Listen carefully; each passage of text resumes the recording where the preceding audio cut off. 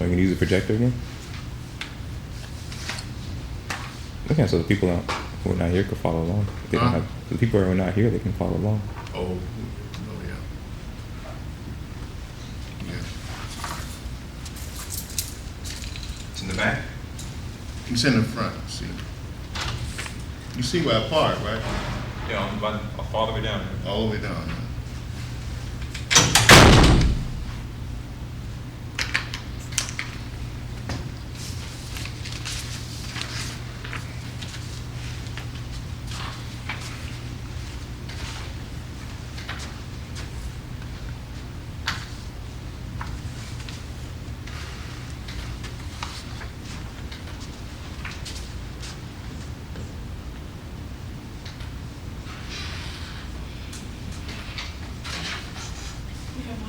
Yeah. What's nirvana? Nirvana is like samadhi. Like what? Samadhi. You heard me speak about samadhi many times. Right? Yeah. It's all nirvana. No, I mean, you said, what did you call it? Nirvana. Nirvana, yeah, that's what nirvana is. That's the Buddhist, that's the Buddhist terminology for it. To make it simple.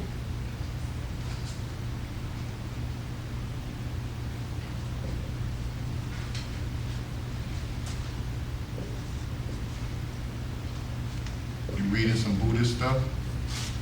No, I'm reading the third double. Mm-hmm. The third double. The etheric double. The etheric double by Yeah, Powell. Powell, yeah. You know, the Theosophical Society, he belonged to the Theosophical Society. Yeah. They were Western Buddhists. Most of their teachings consist of Buddhist terminology, and then terminology that they made up. You download that from the website? Not from our website, but I did download. I think we have most of his popular books on mysticknowledge.org. If you look on there, we have an e-library, and we have his books you can download.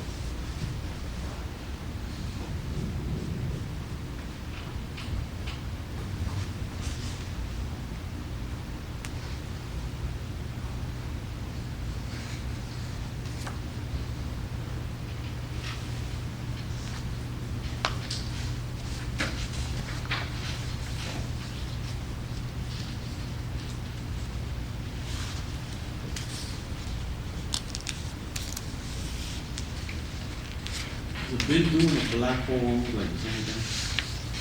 I don't know.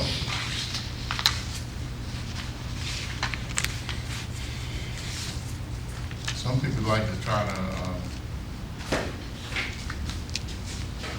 characterize it as such.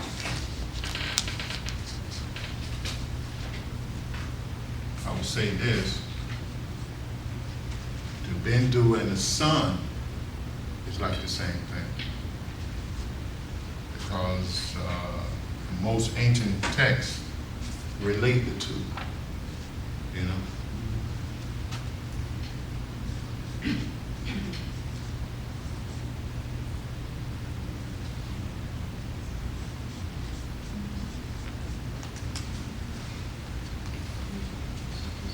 They describe the sun as a compaction of Shakti power, right?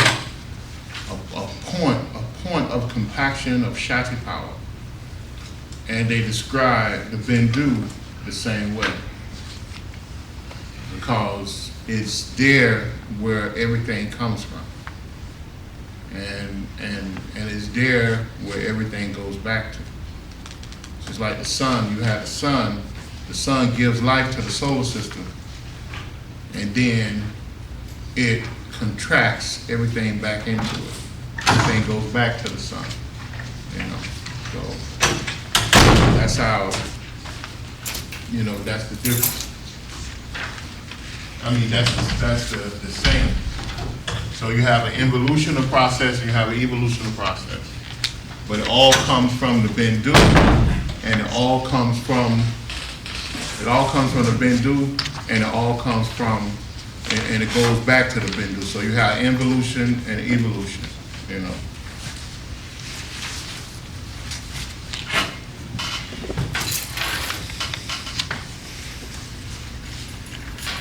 So today we're gonna talk about the Sada bodies. All right.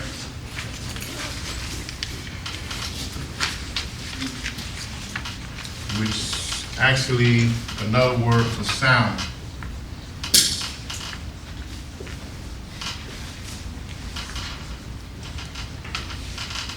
All right.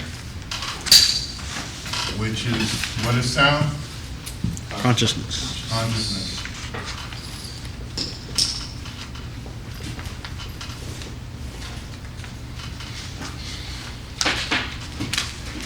So this is the part of metaphysics or mysticism that's rarely ever talked about.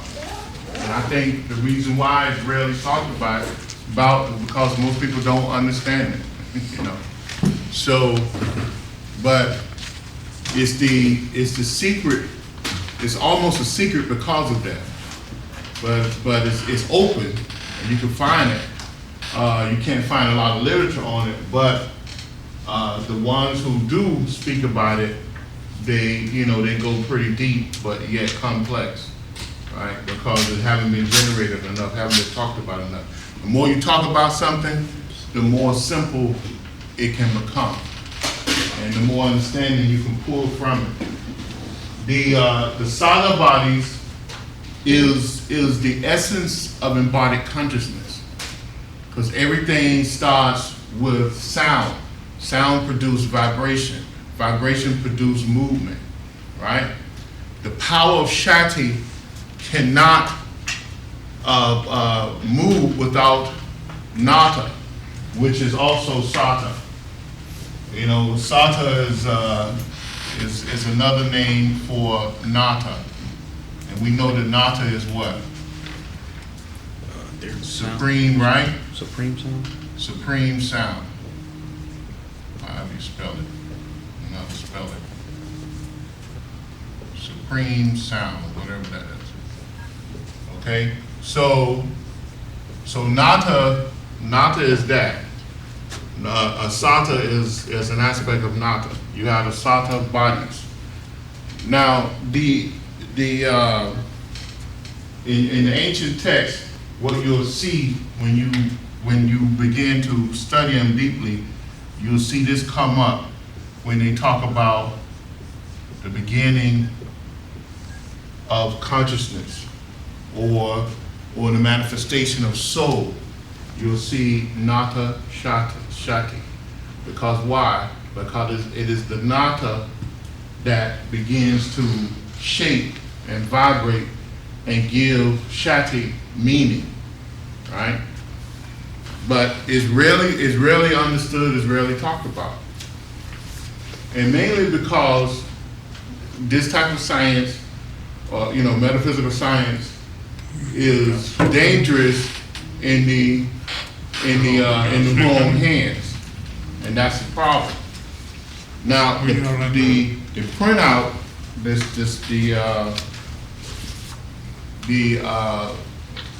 the diagram I give you, what it does, it kind of breaks down the chakra, right?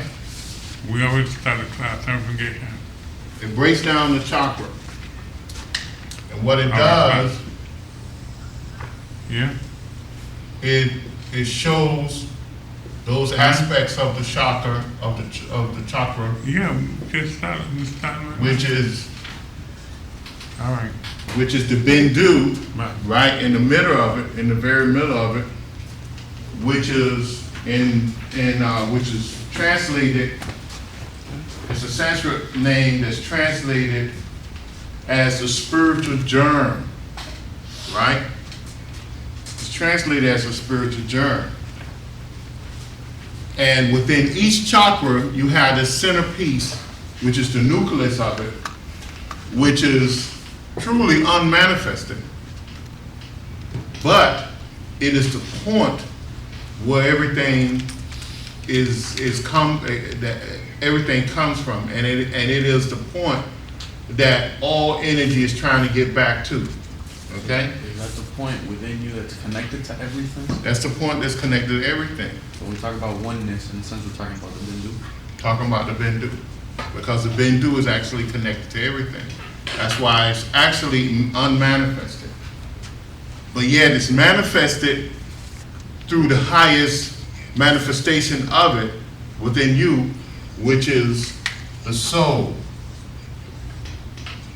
Okay? Because it is the soul that releases the nata shati, the nata which molds the shati. Okay? It is the soul that releases that sound. Okay?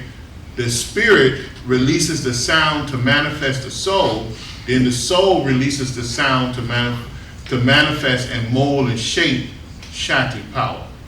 Alright? So the soul is carefully manipulating the shati power in order to be inundated by the Bindu. Right? So the Bindu represents, when you look at it, Bindu represents what? Anyone? The spirit. Spirit. And the spirit, in translation, is a divine spark of God. So Okay. would you say, since nada is supreme sound and sound is consciousness, nada is the consciousness of the spirit? The eternal, the supreme consciousness of the spirit? In a sense, it's the body of the spirit. So the same thing. It's the consciousness, it's a vehicle of consciousness for the spirit in the manifested world. But you don't want to give the word, I don't like to use the word consciousness when I'm dealing with the soul, because the soul is actually above consciousness. The soul actually manufactures a vehicle for consciousness. Because the word consciousness, in the word consciousness is the word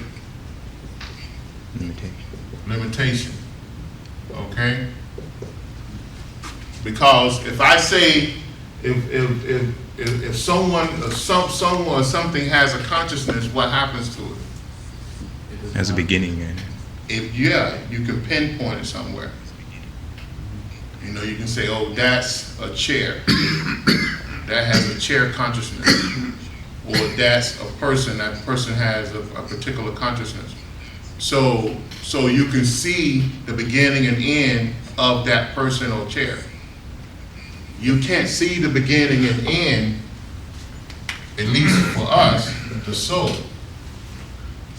You can't see the beginning and end of the spirit either, because the soul represents the spirit. Although we know that the soul has a beginning and end, but its beginning and end can't be seen by us, right? Because why? Because it only merges back into the spirit. Because the soul is an aspect of the spirit. Its beginning and end is only the beginning of manifestation and the end of manifestation, but it becomes a part of the unmanifested. See, from which it came from. So therefore, it only merges or initiated into a whole another level of existence. All right, which has no beginning and no end, because that's where it came from. But everything else that the soul produces has a determined beginning and a determined end, right? Before the soul merges back with the spirit. Did I lose anybody? so the Bindu being partially unmanifested, Huh? that's a work of the spirit then. Has it been to what? The Bindu being partially unmanifested, that's a work of the spirit as opposed to the soul. Well, I wouldn't say, I don't like to use the word partially manifest. Like I said, the Bindu is that all knowledge space of manifested consciousness. All right, and the only part of the consciousness of the Bindu that is manifested is those higher aspects of the soul. Right? Right. That never lost its connection with the spirit. You understand? Mm-hmm. So now you got to understand it, because in understanding this, you have to abandon the ideals of orthodoxy. Orthodoxy limits God, limits the absolute. You know, in fact, it's hard to find the word absolute in orthodoxy, right? They just say God, and when they say God, they associate God with some person, with something, and they may give God a sex. In metaphysics and mysticism, we understand that God is sexless. God is neither male or nor female, because it's both and neither. And we understand that God is absolute. There's no beginning, there's no end, and there's no way for us to truly express or describe God, because God is. God is everything and nothing, all at the same time. So we have to really, abandon all those, attitudes and expressions about God's going to destroy you, He's going to do this and do that, because we don't believe in none of that. Yeah. So, is there individuality? When your soul is individual, when it unites back to God, there's still you still exist as an individual, or you become just one? You're like a point in. You one now. You're just unaware that you are one. You one with God now. You're just unaware that you're one. And the only thing that makes you feel that you are an individual is because of your consciousness. See? But even now you're a part of the whole. But you're still an individual. But Well, you still have you're an individual in your state of consciousness that you're in. You're an individual in your state of consciousness. And I know it's hard to fathom these type of understandings, but that's why I tell you to go and practice. Go and practice the teachings. Because if you practice the deep breathing, if you practice the different practices, you'll begin to understand it. And it's hard to express these things. And I think that's why most people just leave it alone. But it's hard to express these things. When you can lay down your body and step out of your body and look at your body, you'll begin to understand what I'm talking about. You'll begin to clearly see it. Because why? Because you'll realize that that's a shell.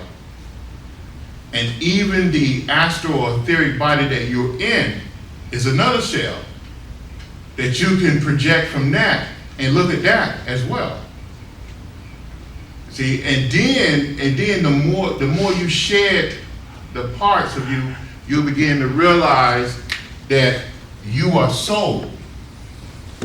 And then you'll get to the point to realize that you are spirit. Because why?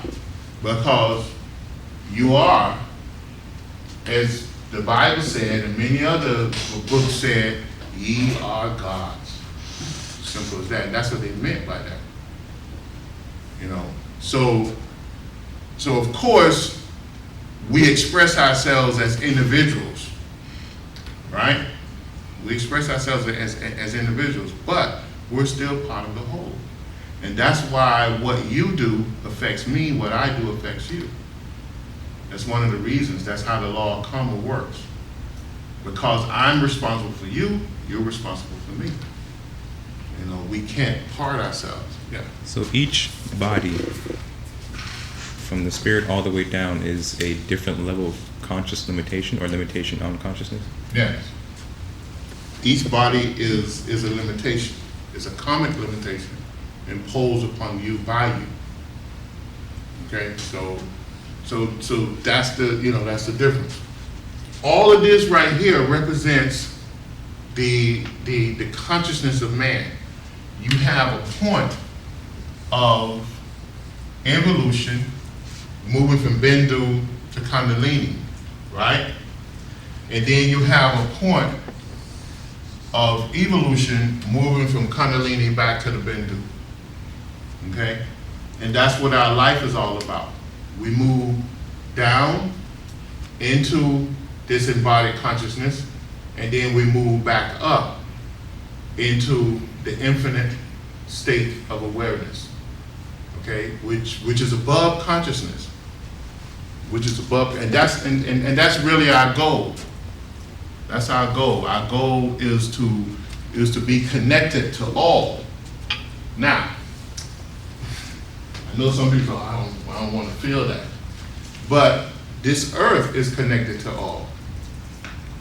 You see? You know, this little tiny earth is a great cosmic being, a God, a creator. And it's a living, breathing being. And it's connected to the whole solar system and connected to the galaxy. You know, it's connected. So those, you know, that's the type of state, you know, that we're talking about. Sri Krishna, when Sri Krishna came here, which is reported to be one of the greatest masters that ever came to earth, and that was born through a woman, and a fourth aspect of consciousness, was a God. He was a creator, you know, and he was connected to everything once he made his trip back through the Bindu, because he was connected to himself. The same with Jesus, the same with Buddha. They were great creators. You can actually call them gods. You know, but you know, we shy away from using those terminologies because most people can't understand it. But that's what they were, because the aspect of consciousness that we witness here on earth of them was just a fraction of who they were. But yet they reigned far above mankind, and to this great status of godship, how we describe them. You know, so you know, understand that when they get to that point, they can do whatever. The Lord Sri Krishna, it was reported that he came from the planet Saturn and lived in the etheric realms of the planet Saturn, right? And it's reported that he was able to split his consciousness up into almost 2,000 separate parts, each one of them being a great God-like status. You know, this sounds crazy, it sounds unbelievable, but these are things that's written down in history. Senator Kamara, who came from Venus, who was the keeper, I think it was the keeper of the flame of Venus, 18,600,000 years ago, who lived in fact, the city of Shambhala that we hear about. Everybody heard of the city of Shambhala? Yeah, the city of Shambhala that's over the Gobi Desert in the etheric realm. That city of Shambhala is reported in the ancient teachings that it was built for Senator Kamara. And Senator Kamara was a great cosmic being, or is a great cosmic being. And when he came to Earth in 6, well, some people say 5 different bodies, 5 to 6 different bodies. It was 5 different individuals walking the Earth.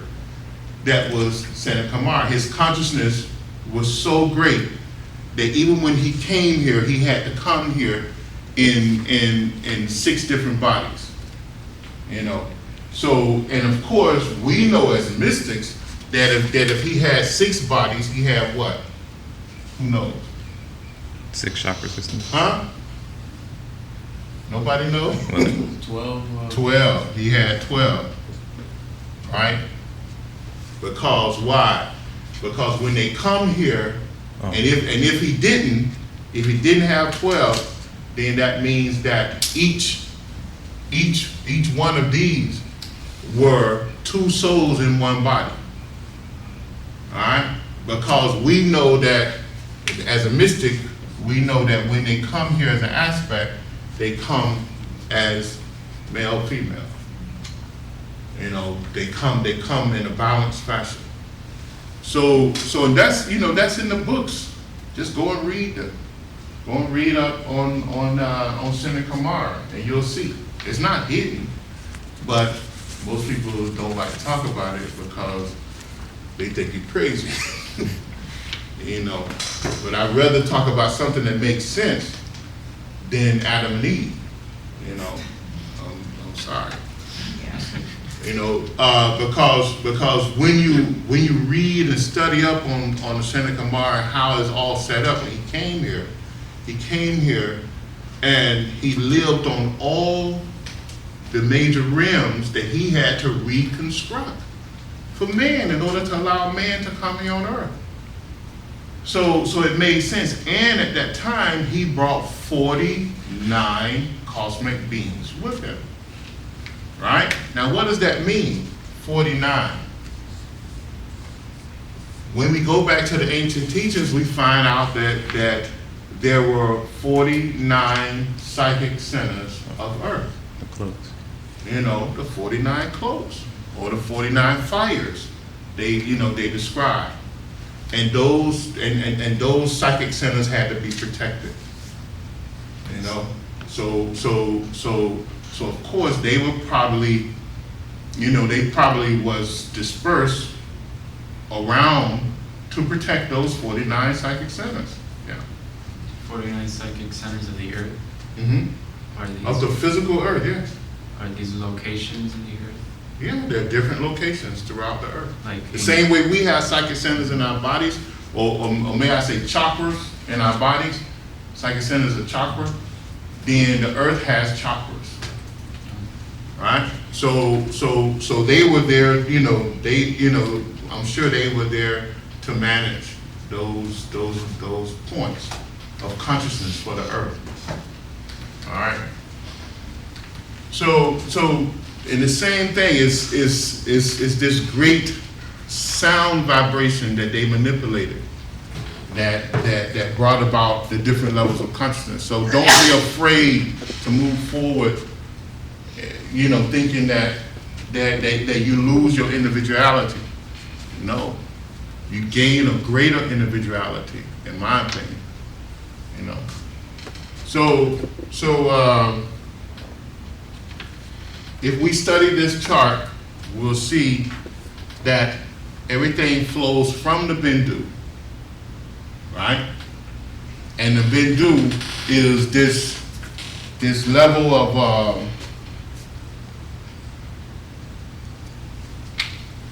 the Bindu is this compaction point.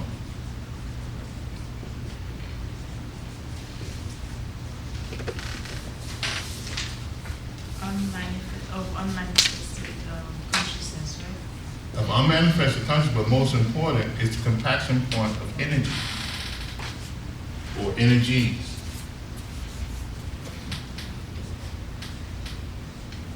All right? So, and those energies can be mind, the bhutas, which is the cosmic, pranas, and the tavic matter.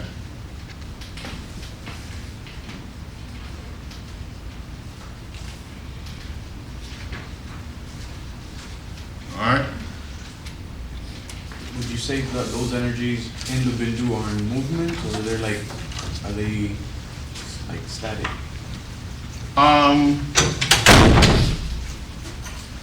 They're both. Well, they're both because they move to, they're in this static state of endless potential, right? But at the same time, they flow from the Bindu. coming out of the static state of potential. And that's how we're formed. That's how, that's how our whole consciousness is formed, yeah. Yeah. Would it be fair to say that the spirit resides within the crown and the soul resides throughout the entire chakra system? No, you can't say that. The spirit is everywhere and nowhere at the same time.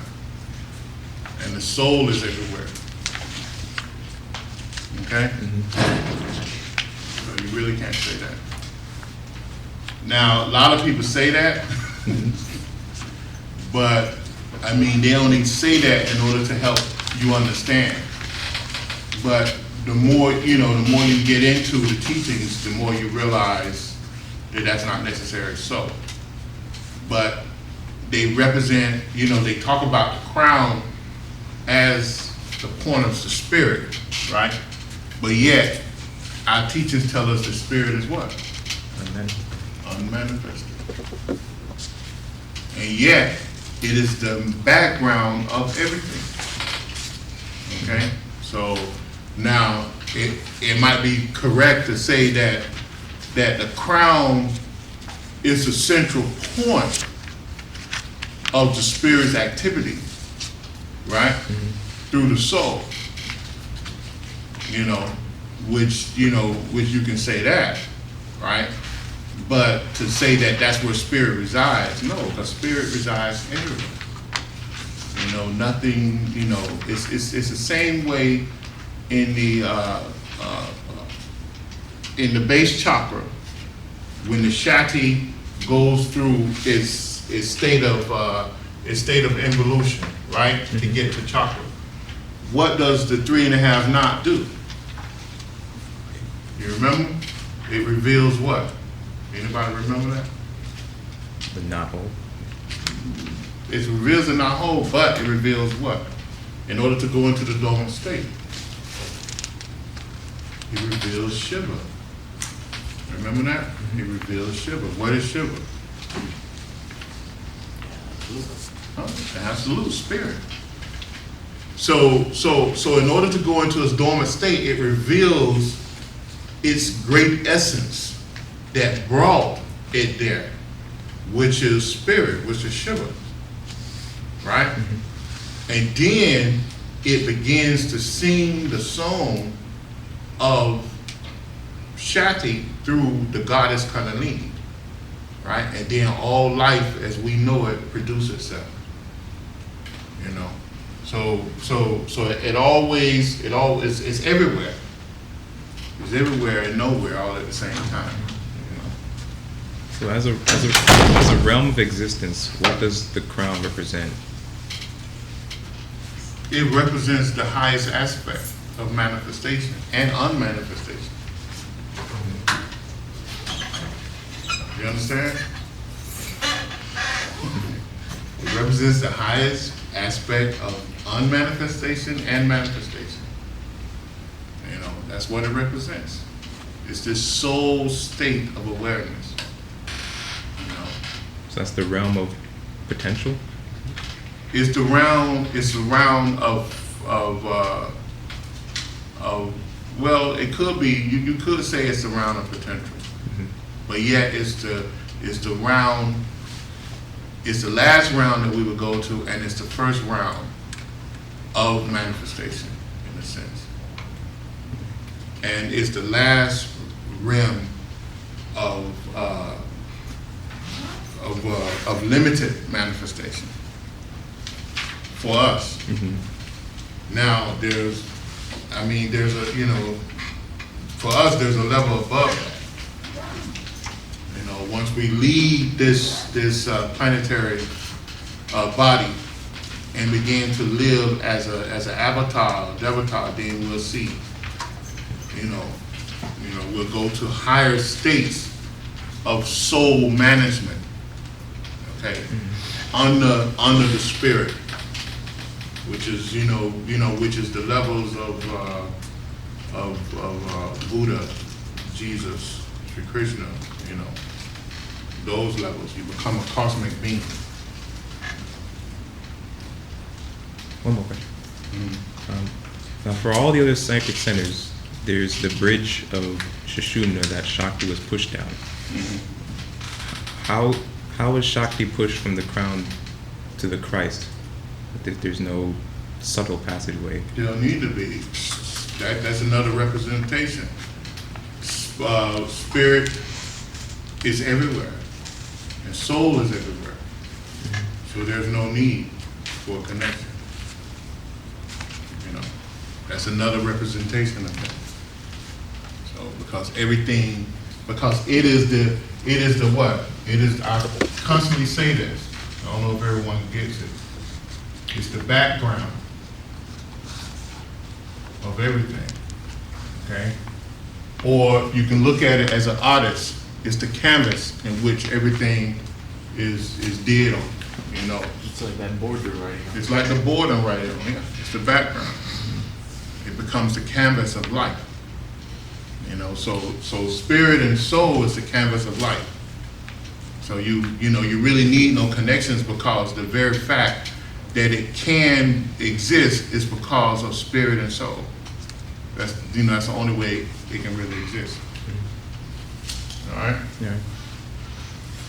So the Bindu scratches out itself in all these different ways and produces the points that we call the petals, right?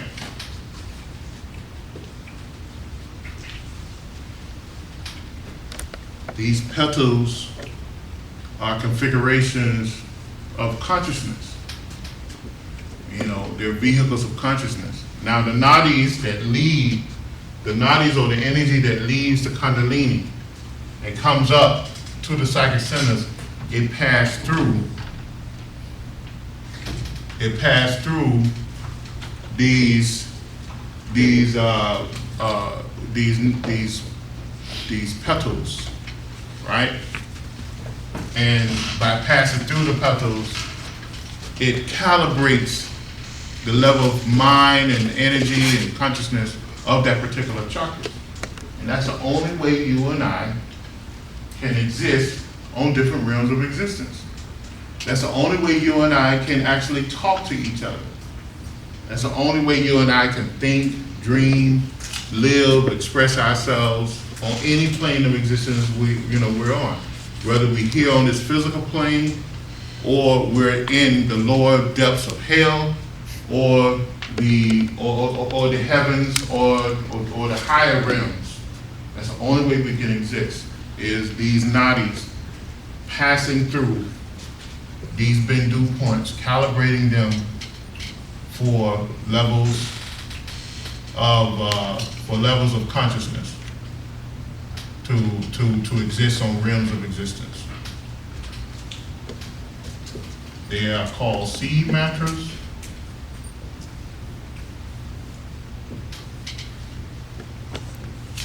Or petals.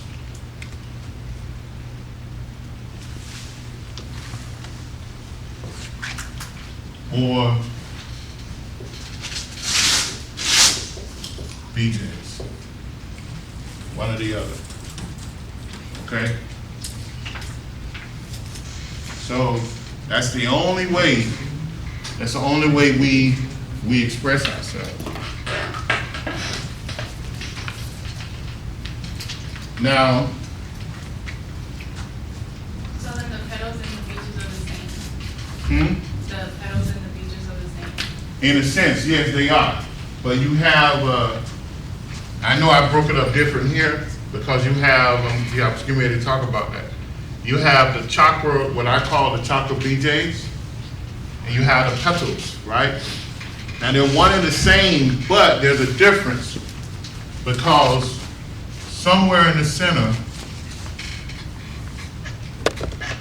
there's a main chakra. There's a main mantra for the chakra. There's a main mantra for the chakra. And then you have all the other seed mantras for that particular chakra.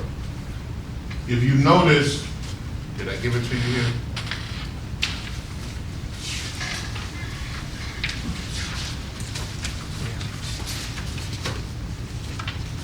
Yeah. On page 4, here. On page 4, you have the seed mantras, right? Or the BJs. And each chakra has a one-syllable mantra, you know, that is the governing mantra for that particular chakra, which is the starting from the base: Lam, Vam, Ram, Ham, Ham and Those are the petals. Those are the BJ chakras. Those are the main chakra for that particular chakra. And then if you go over to column 4, you will see the letters or the petals, which are also BJs, right? Minor. Well, I don't want to use the word minor, but if you want to describe it like that, you can. But they are the letters. Now, of course, the governing mantra controls the letters to a certain extent, because it is that mantra represents a diva.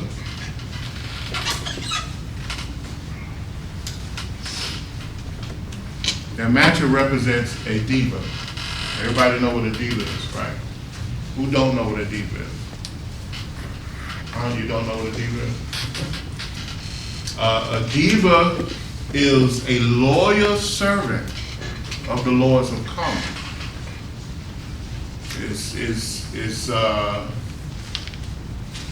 We have the diva of water here, because we have that bottle of water right there on the outside of us. But there's divas within us too. See, if you heard of, I'm sure everybody heard of fairies, right? And elves, right? They are divas, but they're nature divas. Now, inside of our bodies, there's reported to be, by the Hindus, 360 divas, right? This is a very complex subject. It's hard for people to understand. Now, the Devic kingdom, they don't live on the realms of existence the way we live on. They live on vibrational planes of existence, almost between the realms, right? And in order to have the blood rush through our body, there's a diva connected to that. In order to allow pockets of volumes of air to circulate through us, the divas take care of that. At all times, each one of us have at least 20 cubics of air pocket around us in order to allow us to breathe 21,600 times a day. And the divas make that possible. Because why? Because of our own karmic pattern. All right? So when that's restricted, it's because of our own karmic pattern as well. Or maybe we're coming to the end of that particular life. Okay? And we've used up all the stored energies that we built up from our previous lives and our present actions. Okay? So you have these divas that will not go against the law. They're like factory workers, but they're loyal factory workers to God, right? So they make these things happen. You know, it's the same way, and that's why the blood flow a certain way, the membranes form in a certain way, the tissue work in a certain way, the tissue comes together and forms the organs come together and form a system. and the systems come together to form the human body to allow us to express consciousness on several different levels, and it's because of these divas. All right, everything is alive. Everything is alive. The chair that you're sitting in is alive.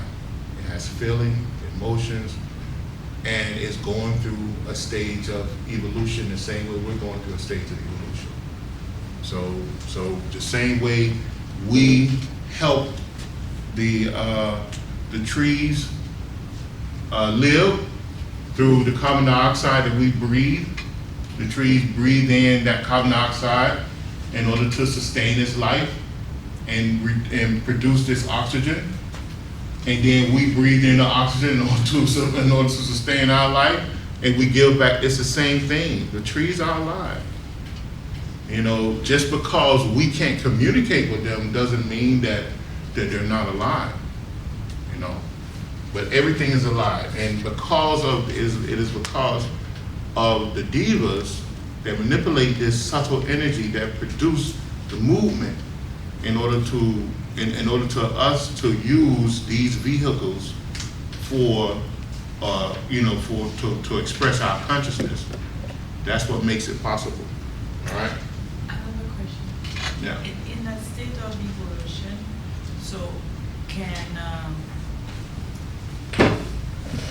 people, or can we, I don't know how to word it or phrase, can we be evolved like from a chair or animals into human beings? Yeah. Oh. Some of us, yeah. And some of us skip a lot of stages because of our understanding.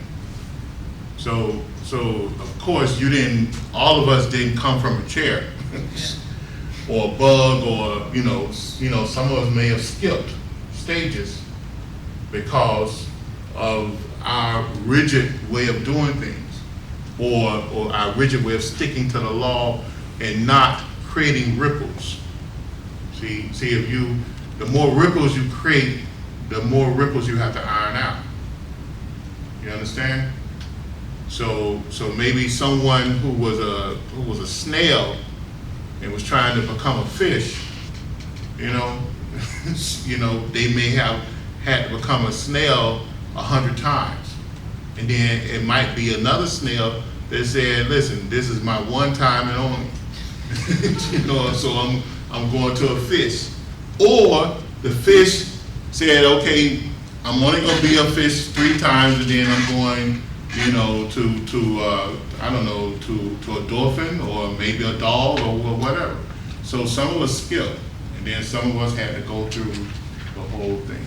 Is there a particular sequence? Huh? Is there a sequence for it? Well, I don't know if it's we like to say we know the sequence, but I don't think no one really knows it. But we know that it's mineral, it's mineral life, right? Then we know that there's, what comes after mineral life?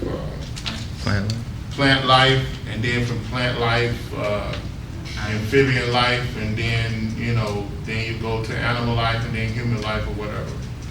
That's how they write it. What about the smaller aspects, the cell, quantum, all that? Yeah, I guess that's in mineral, isn't it? Cell life? Yeah, I would. Totally. Because it's somewhere in there. But I don't think anyone really knows the sequence unless they worked inside the city of Shambhala and seen everything, how they put it all together. But no. Or maintain close association with the divas. Yeah, with the Diva Kingdom. But no one's, it's not rigid. That's what I'm trying to say, because you can make leaps. And you really can. If you think about somebody like Albert Schweitzer, right? He had to make leaps in his development because of his dedication to service. He probably, in that one life, he probably advanced many lifetimes. He probably skipped over many lifetimes to move to a higher level of understanding. a higher, a higher level of existence, I want to say. Someone like Mother Teresa had to advance many, many lives in this one life. Hundreds of thousands of years probably, just because of her dedication to service and to humanity.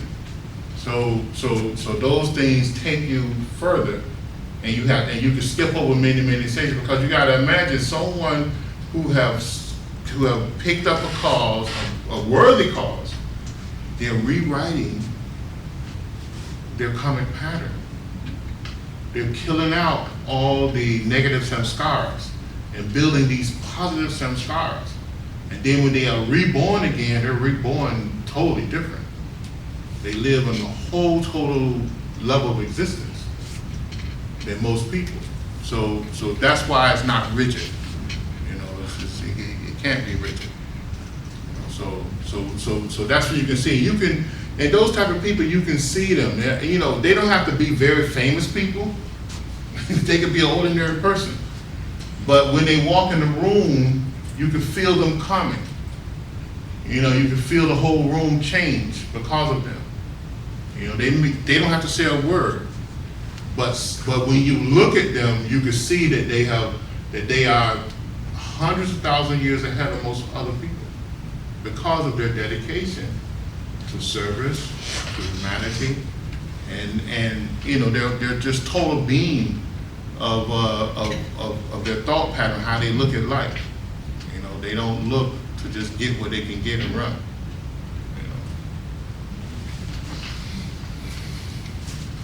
So you have these chakras, the major chakra, and then you have the letters, right? And you have the petals, and you can see the petals, they actually make up the Sanskrit letters in order to produce the Sanskrit language, okay? Then you have the modes of motion, which is really the Mahabhutas. That's the cosmic elements that that the soul uses, right? To begin to build and modify the Shakti power into matter. And then you have the 5 major pranas also, which they use, right? And you have the tavic matter. The 360 divas are actually the tavic matter. Because you have 360 tavic. You have 360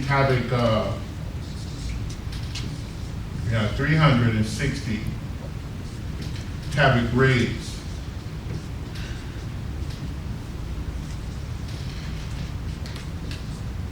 Which is manipulated by the chakras, which is actually, you can call it tavic matter.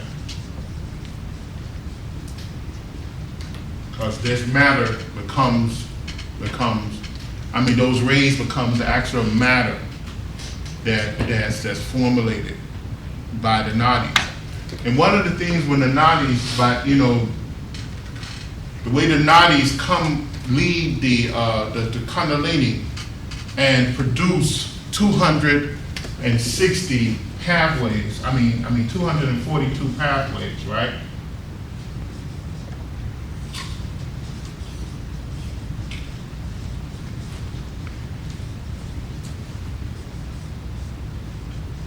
It produced 242,000 pathways. Can you see that? That's a K. 242,000 pathways. One of the things that's happening there is that as the nadis move forward and produce all these pathways, right? What it's actually doing is slowing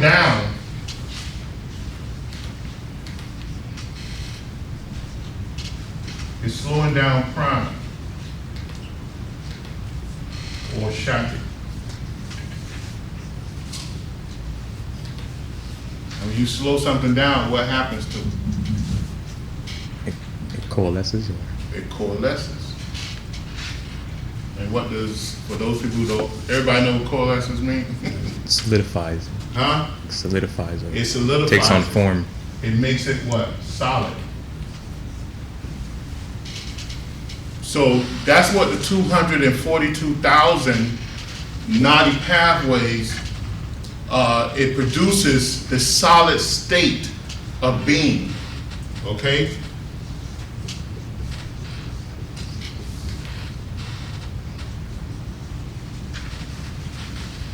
That's what it, that's one of the purpose of the nadis moving, leaving the Kundalini and pushing this Kundalini energy throughout the body in 242,000 pathways. And as it moves out, it it seek out those compaction points that we talked about, right? Which is actually, the compaction points are actually what? They're actually entry doors to what? Anybody remember? So I'll see if I'm not losing nobody. Nobody remember? To the realms? Huh? What are the compaction points of energy? The Bindu Who's there? The Bindu, right?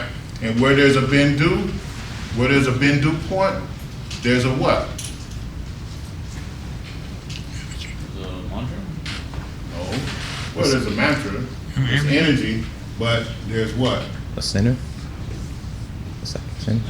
Chakra. There's a chakra. Okay, you have 108 chakras. Now, as these nadi pathways move through, right, and they seek out the 108 chakras or bindu points in the body, and they cross section. When they cross section, what do we have? Huh? What do we have when they cross section? Anybody know? A psychic center, a chakra, right? But more important, we have a state of consciousness that can be operated.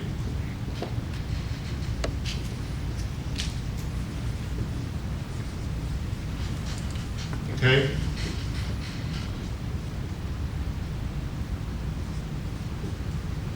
Now, as this is called, when these nadis, the nadi pathways, this is called a nadi knot. So if you ever hear someone talk about a nadi knot is nothing but a chakra. That's all it is. And what happens on the course, on the pathway of the 242 nadis, it produced 108 nadi knots. Those 108 nadi knots are states of consciousness. And what it's actually doing is binding. It's binding and slowing down the rate or motion of the energy produced from the Kundalini in order to solidify this energy and mold it and shape it into all the different bodies that we have. All right.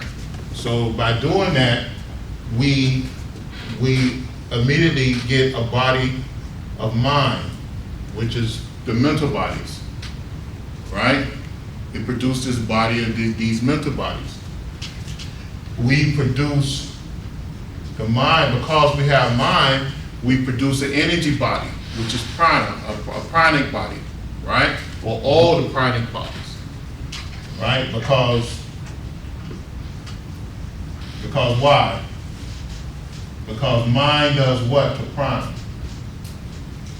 Forms it. It forms it. It molds that prana, right? So also it produces, it allows that. Once the pranic bodies are produced, we can have the subtle bodies.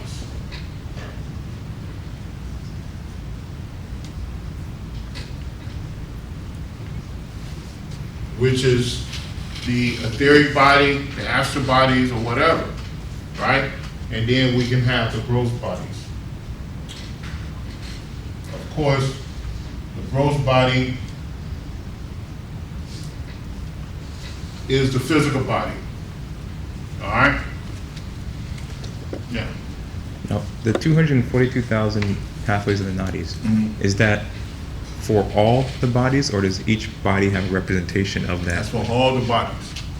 That's for all the bodies. It's because it becomes what? If we go back to this again, it becomes the background for all the bodies.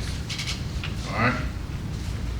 It becomes the background for all the bodies to exist in.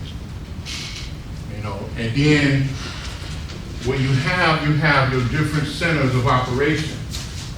And the centers of operation is the major chakras. Okay? And the more you study the Sada bodies, you begin to understand, okay, oh, this is why, you know, this is done this way. The base of the spine, is I put it here. Think about it. In simple terms. The formation of self-consciousness. You see it on this diagram. The formation of self-consciousness at the base of the spine. Then the sex center is the seat of self-consciousness. Right? And then the solar plexus center is the major intake and exchange and transference of power. All right, and when you study the 4 aspects of sound, you'll see how this all play out. Right?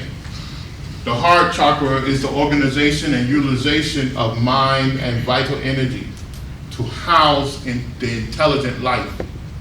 Because it is here at the heart chakra that all the subtle bodies are formulated through sound.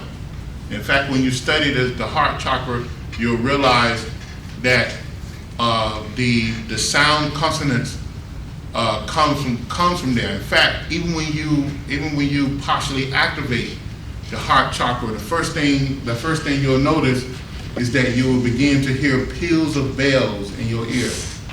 You'll hear a ringing in the ear, you know, in your meditations when you partially open that, you know, and then all of a sudden you have this clairsensitive, clairaudience ability, and clairsensitive because it activates the smell too.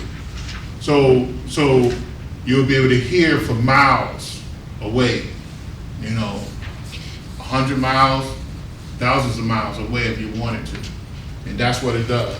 Then you move to the throat center, it's the manifestation of life through the 4th aspect. That's where the gross body is formulated and through through consciousness. Your consciousness can hold together this gross body over all these subtle bodies. All right? And of course we know that the Christ center is the command center. So that's what's happening when we talking about the 242,000 nadi pathways. You know, the only reason why it's there because it's a way to bring about this embodied consciousness. It slows down this energy because this energy moves at rapid speeds, faster than the speed of light through your body.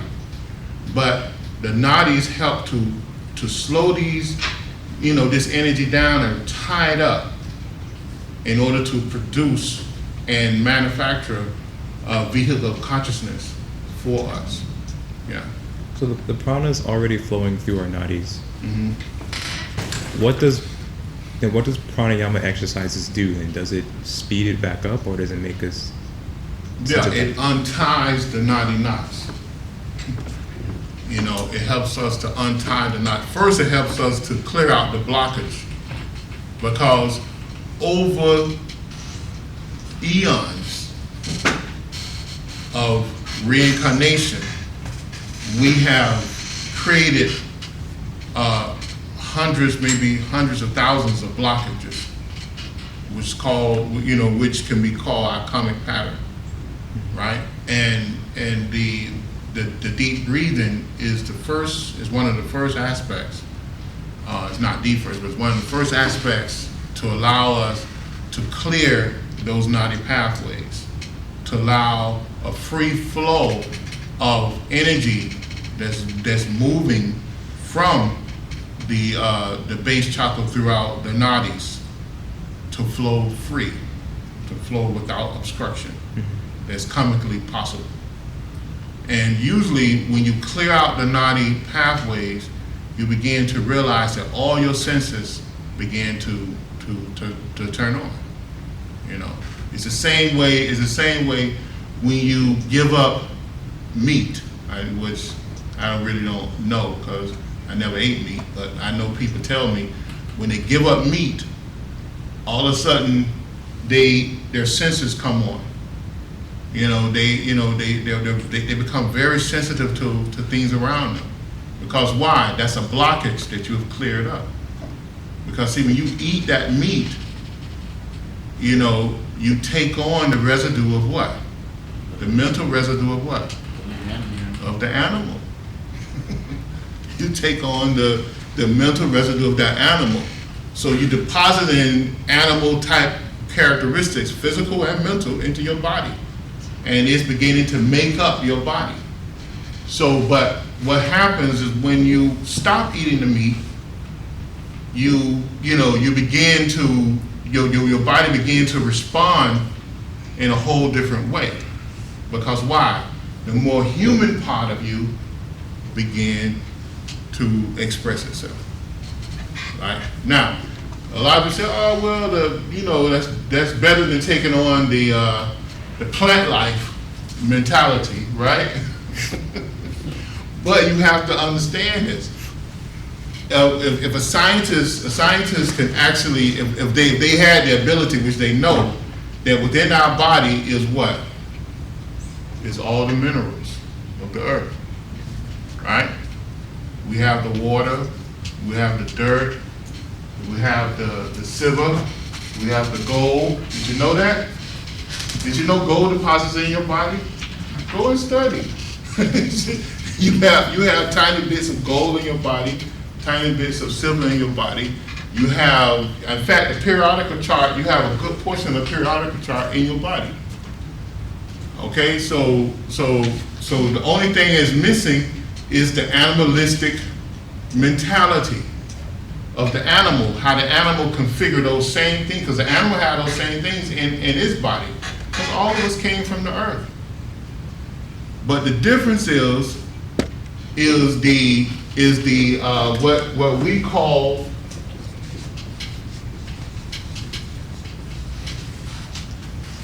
the thymus, right?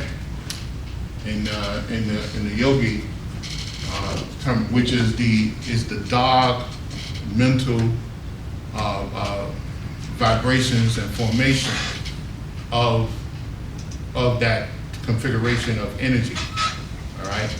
When you eat the animal, you take on those lower vibrations of that. It's different when you eat the plant life. You're only adding to yourself because you control that. All right. The plant life is here for you to eat, to sustain your body. That's an abundance that the earth gave to us, not the animal. So that's the difference. So when people become a vegetarian, that's the first thing they notice. They become sensitive. All their five senses open up to a whole different level. They become aware of things. It's not always fun. Huh? It's not always fun. No, it's not. It's not fun. But it's not fun only because it's something new to you. But that's the thing that you'll notice. All right. So any other questions? Did I cover everything, or? You had said that in the heart center. How when you open your heart center, it opens up the audio. You can hear things. Mm-hmm. But in your chart, you mentioned that the mode of motion is touch for the heart center. It's what? Touch volume is there. Can you explain how it's Which, touched? what page? Page 4. Okay, I wrote this a long time ago, so let me read it. Page 4? Yeah, the fifth column. Mhm. Yeah, it said that when you open up the heart center, you're audible, you're able to hear Yeah. things. But what's the difference between, you know, opening it up and hearing things and its mode of motion, which is touch? Because what does vibration do? It's energy. Huh? It's energy. It vibrates. What does it do? What does, when you vibrate something, what does it do? Speed it up. It emits a sound. Huh? If you've seen two molecules vibrate,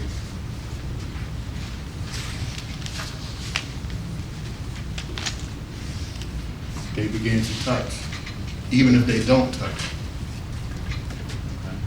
You understand? Huh? Okay. Because what scientists learn now, in fact, they've been doing it for decades, but they just released it. Because decades ago, they took a sonic beam and bounced it off the moon, right? But that was just the beginning to allow them to do what? Now they use sound to do what? To measure touch a distance. person without touching them, right? And for warfare now, they have these sonic booms where they aim it at a crowd of people, and what happens to the people? It disperses. They disperse. It knocks them off their feet. They actually have a weapon that they can push a sound out now and it just knock somebody off their feet, or stop them dead, and they can't go beyond that invisible wall that's been built. They build a sonic wall. So sound allows everyone to touch. It brings about that ability to touch because it vibrates to a point, and the vibration goes out, and the whole touch thing So happens. you do that within your consciousness when you vibrate to the level of the heart? To a certain extent, yeah. Because what happens, it molds and shapes the bodies, all the different bodies, and it brings about a state of communication with all the states of the body. And you can see that in the physical body, because in the physical body you have what? Huh? Cells, You have the heart, right? You have the heart there, right? And the heart has what? You ever studied medical science? The arteries Who and studied medical science in here? Huh? It has what? Called lobes? You're a medical student. You, Janelle. Lobes, you know what lobes are? Huh?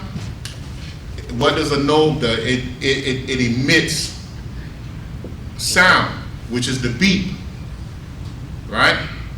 And it is that beat that does what? It pushes the blood throughout the body, right?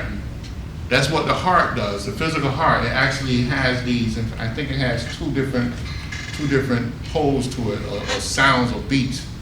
But it beats, and that's how they when they put the EKG machine up, they have the they come up with the rate of fibrillation to make sure you have a healthy heart from the beat that's coming there.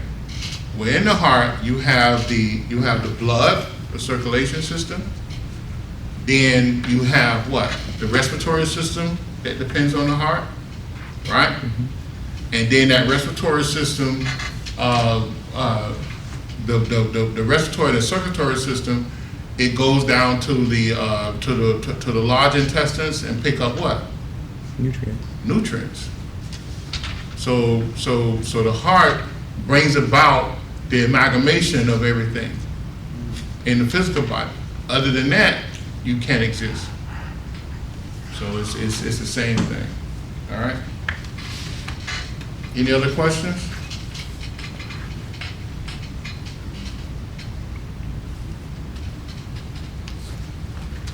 I think I touched on everything.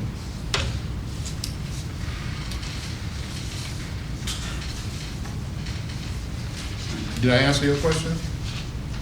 Did I answer your question? You was asking a question on page 4? That was Ivan. Hmm?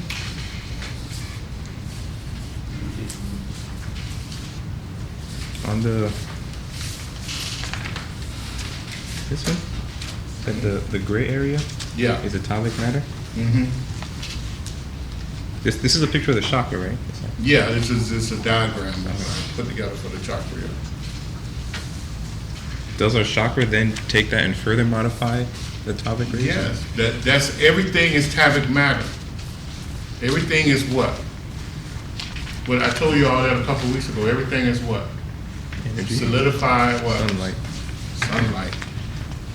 Atomic matter is solar plasmic matter or light. So when it's pushed down through the body as Kundalini, well, when the Shakti is pushed down in the body as Kundalini is light too as well, right? And then when it's pushed back out through the nadis, only thing we're doing is solidifying it with all the different components of Shakti power that flows through the sun as atomic matter. You had a question? Yeah, but related to Son of Gomorrah, Mm-hmm. now, when it came in all these different bodies, is the consciousness the same, like with the same purpose, doing the same job that we came here to do? Is that when we were created like as two souls, two individuals, Mhm. the consciousness, do you know, how does that affect the other person, the other, Right now, each one of us have many aspects of ourselves living on maybe different parts of the world and actually different realms of existence. And each one of them have their own personality and living their own experience. Okay? As we evolve and become stronger and become more enlightened, then these aspects or soulmates of our, because that's the real soulmate. Those soulmates merge with you as you're reincarnated in different lives. When you reach that plateau where you need another aspect of you to merge in order to go to a different level of consciousness. So all of us have soulmates.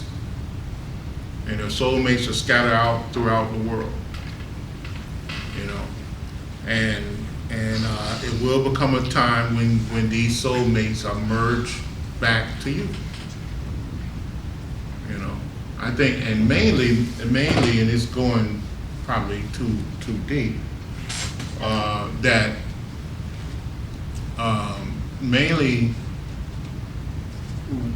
we, you know, well, most of the people here on Earth are considered to be cosmic criminals, in a sense. So,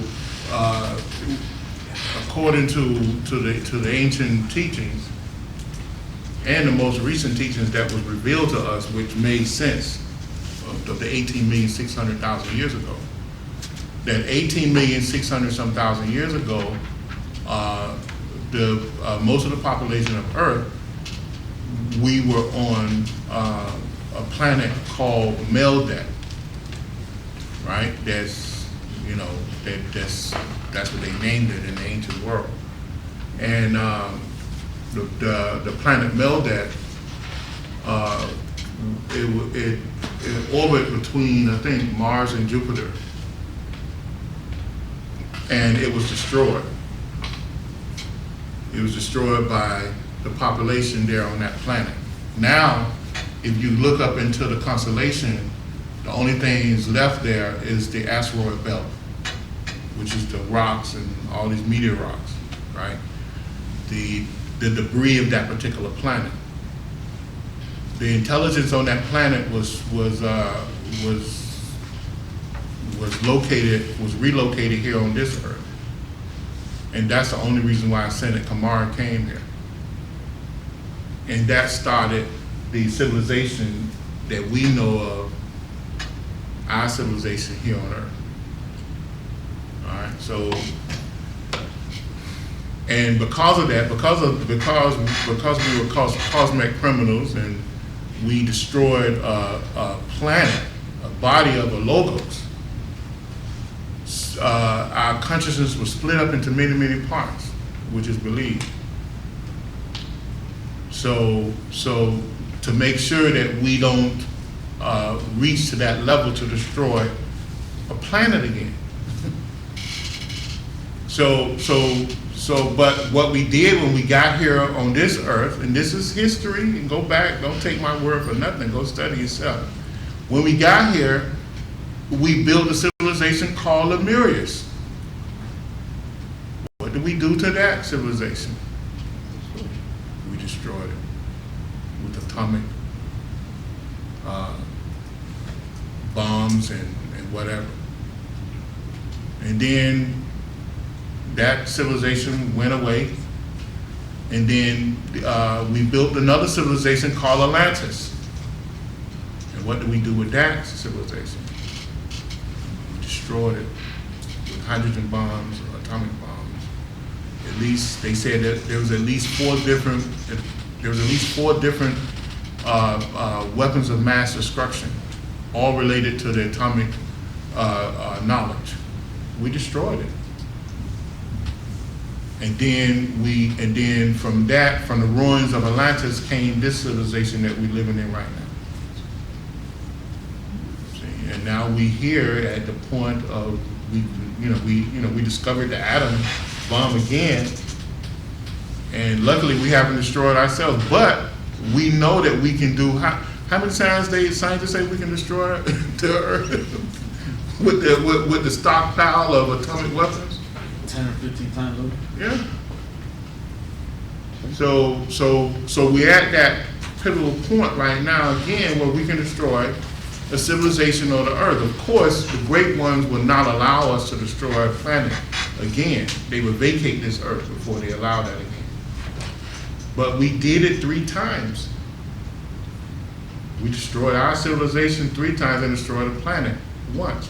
And that's where the Seneca Mar came over and began to place the necessary karmic limitations upon us. And because of that, our consciousness was split up into many, many different parts. And because of that, we have many, many different soulmates out there experiencing life. And as we develop ourselves, then these soulmates blend together and we see extraordinary people among us. But just to give you a little short thing of that. So all of us have different, and each one of them have different sets of experiences, different personalities or whatever, and they live their life. You may never know they exist until the right time, until you blend together. Now I know some people say, well, I met my soulmate and we got married. Most likely that never happens, so most likely it never happens like that. And in rare cases it does happen, but in most cases it don't happen. Your soulmate is you. It's you in a whole different body. A lot of times when you meet a soulmate in life, you should start off first being enemies. Yeah.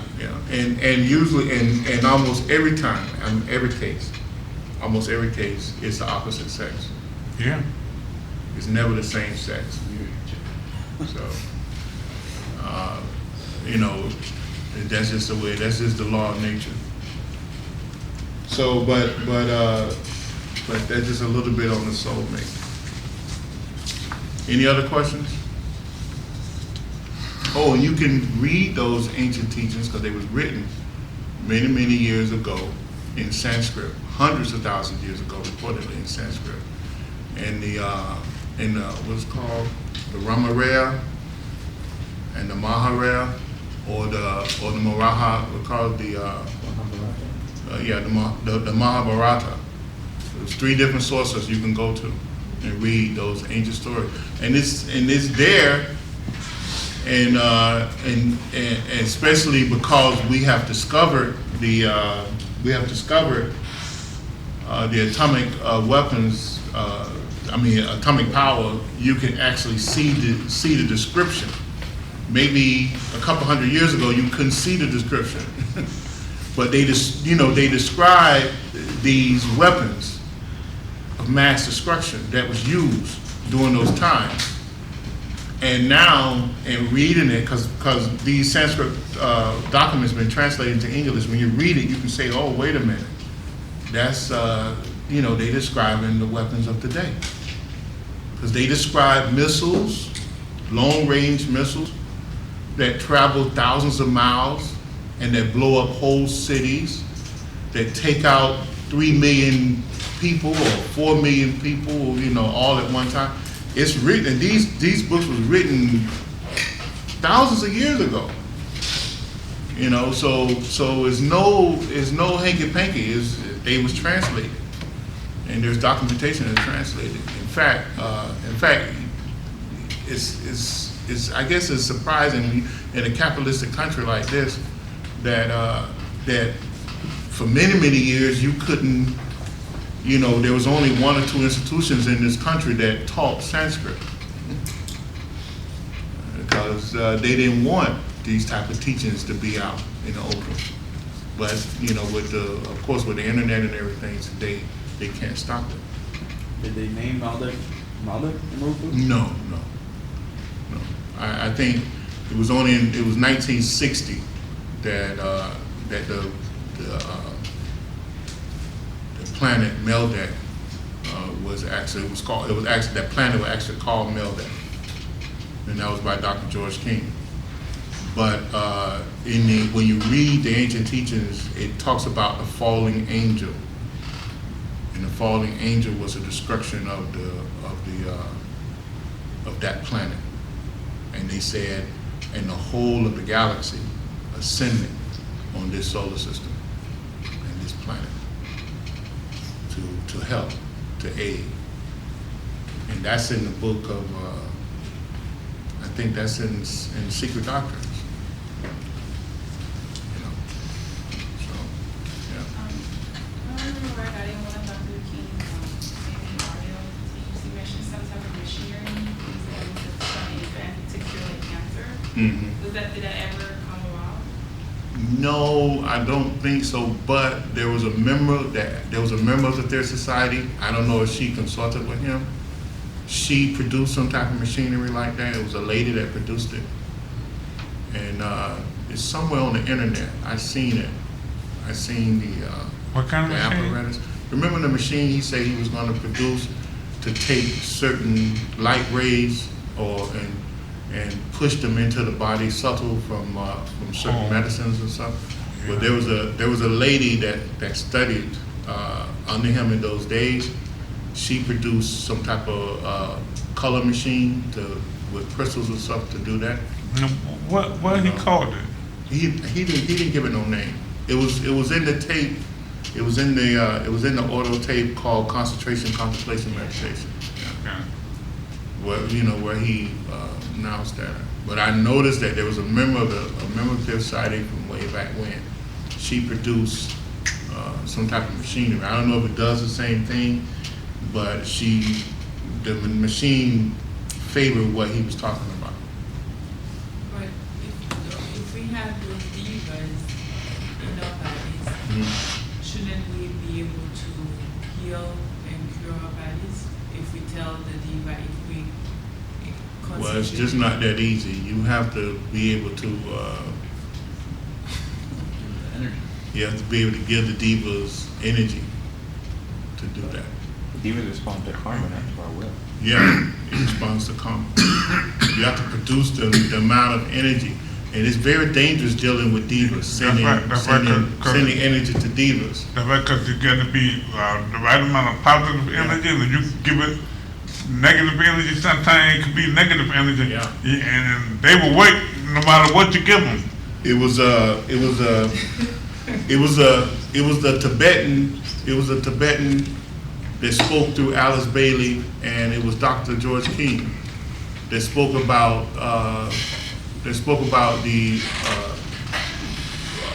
particular mudra that was used in order to bring a diva in their presence in order to stop a storm, maybe like a hurricane or a vicious storm, right? Yeah.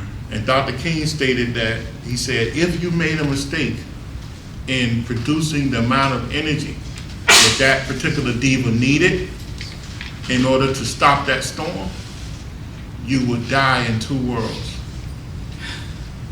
So it's very dangerous dealing with divas. It's very dangerous dealing with divas because you have to know the precise amount of energy that diva needs in order to correct that situation. Now, the Buddhists who perform healing, like somebody who was healed, they were able to heal that person and then get that whatever illness, and then how do they do it then? They just radiate the energy to that particular person, and maybe they give that person enough energy to correct the problem, and then maybe they don't. You know, now the better you become at it, the more you sense that you can heal that person, and the more you sense that you can't heal that person. You may sense that you can relieve them of pain, you know, by doing something, or you can say, well, if I do this enough times, I'll be able to heal that person. But depending on that person's coming pattern, you may not be able to remove those blockages that, you know, of that particular person. So you can radiate. I mean, I have did it many a times. I was fortunate in my lifetime because I was healing since I was like 11 or 12 years old, performing healing, and I had miracle healings. And then I had people I could not heal. No matter how many times I went to them, no matter how many times I prayed, or how many times I read it, I couldn't do it. You know, so it's that person's common pattern that allows them to be receptive of that particular energy, or it might be just a lesson that they have to learn, a burden they have to carry in this life in order to get to the next life. You know, in a more healthy, strong, you know, environment, you know. But it's all, you know, it's not necessarily sending the energy to the diva, sending the energy to that particular person, you know. But yeah, I mean, I know people that heal. I watched my father heal. I watched even my brother. He was a good healer at one time too. So I watched them, you know, and I know my father one time. I remember this lady brought her daughter over, and her daughter had a nervous breakdown. She was talking out her head and everything. And my father tucked her in there, and he worked on her for 3 hours, you know. And he told her to go home. He told the mother to take her home and let her sleep. The girl slept for like maybe a day and a half, and she woke up just as normal as ever, and led a productive life, had kids, and got married. You know, just went on. You know, but the doctors had done gave up on her, said she was crazy. You know, said she was crazy and gone, and you know, and he tucked in there with a 3-hour healing. You know, and brought her out of that state. And then she was able to, to go back home, wake up the next day, and was just normal as ever. You know, so but then you have those cases where you can't do that to certain people. I know other people he healed, and they were in a psychotic state. They came out of the psychotic state for about 6 months and went right back into it. So that's the way it is, you know. I know this lady she was covered with sores from her feet all the way up to her knee. And I had a little study group back in the 80s, the early 80s, and I went to her house and I gave her healing, and we had the 12 lessons. And we gave her healing and everything, Well, I gave her healing after the 12 blessings, and then she asked us, it was an older lady, she asked us to sit down and talk with her, and she gave us some tea and cookies. And as she was, as we was talking back and forth, she screamed, and she said, "Look, look!" And she looked down to her legs, and all us witnessed the sores disappear off of her legs, right? So, but 6-7 months later, the souls came back, because of her own karma. Because of her own karma. So, and one of the things I told her and I seen when I was dealing with her, she was an automatic writer. She did this automatic writing. And I told her, I said, listen, I said, the reason why this illness came to you is because the entity that you're channeling is disease. And and he or she is depositing this disease in your body, and it's flaring up, through these sores. So, you can't cure the actions of someone. They have to take care of that themselves. So and it was sad to see that happen to her, but she was so addicted to this channeling and these disconnected entities and whatever. And it was terrible, Before I went to the house, I had to clear the house out, with help. But I had to clear the house out. So because the entities, they made it a place where they would, enter this world. So you can't help everyone, And it's very, like I said, it's very, very dangerous to deal with divas unless you have enough clairvoyance to know exactly how much energy to give them. Because you make a mistake and, like Dr. King said, you die in 2 worlds. So your time on the other side will be longer. And this is the classroom all of us want to be in. Because this is the classroom we can make the greatest scribes move forward. Because there's more limitations on us in this classroom than hell or heaven, So we want to make our greatest progress in this classroom. In all the hells and all the heavens, you can move faster in this classroom than anywhere else. And I mean the classroom of Earth. Okay? All right. Huh? Yeah. All right, so that's it. We can close out with a prayer.